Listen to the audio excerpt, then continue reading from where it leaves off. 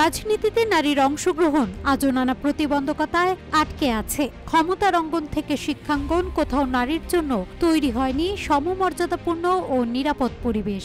প্রতিনিয়ত কটূক্তি, বিদ্বেষমূলক প্রচার, প্রোপাগান্ডা, সাইবার বুলিং ও ট্যাগিং এর শিকার হয়ে নারীরা রাজনীতিতে এগিয়ে যাওয়ার অনুপ্রেরণা হারাচ্ছেন। এ বাস্তবতা শুধু নারীর ব্যক্তিগত ক্ষতিই নয়, বরং গণতান্ত্রিক চর্চা ও সমঅধিকারের পথে বড় অন্তরায় হয়ে দাঁড়াচ্ছে। প্রশ্ন উঠছে ডাকসু নির্বাচনে নারীদের রাজনৈতিক নিরাপত্তা নিয়ে।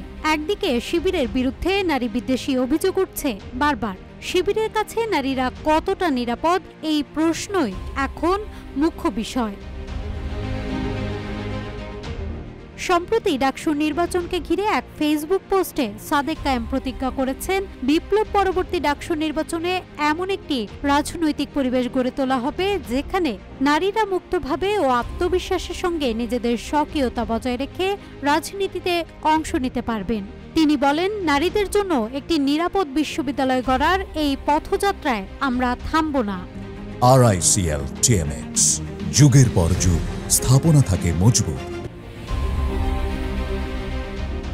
তিনি আরও উল্লেখ করেন, এবারের ডাকসু নির্বাচনে রাজনৈতিক বলয়ের বাইরেও উল্লেখযোগ্য সংখ্যক নারী প্রার্থী স্বতঃস্ফূর্তভাবে প্রতিদ্বন্দ্বিতা করছেন। জাতির হাল ধরতে জুলাই প্রজন্মের এগিয়ে আসা নিঃসন্দেহে আশাব্যঞ্জক। কিন্তু দুঃখজনকভাবে রাজনীতি কিংবা রাজনীতির বাইরে ছাত্রীদের জন্য এখনও নিরাপদ পরিবেশ তৈরি হয়নি।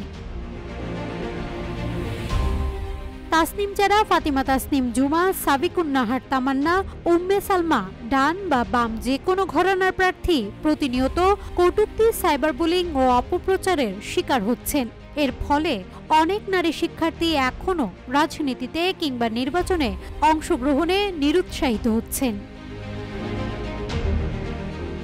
সাদিক কায়েম মনে করিয়ে দেন, ২৪ জুলাই বিপ্লবের সফলতার অন্যতম কারিগর ছিলেন সাহসী ছাত্রী বোনেরা।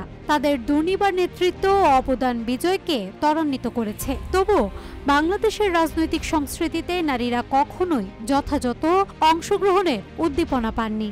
এ কথাই আবারও উঠে এসেছে এবারের ডাকসু নির্বাচনে। নাজহাতুল তোয়া, রূপালী বাংলাদেশ।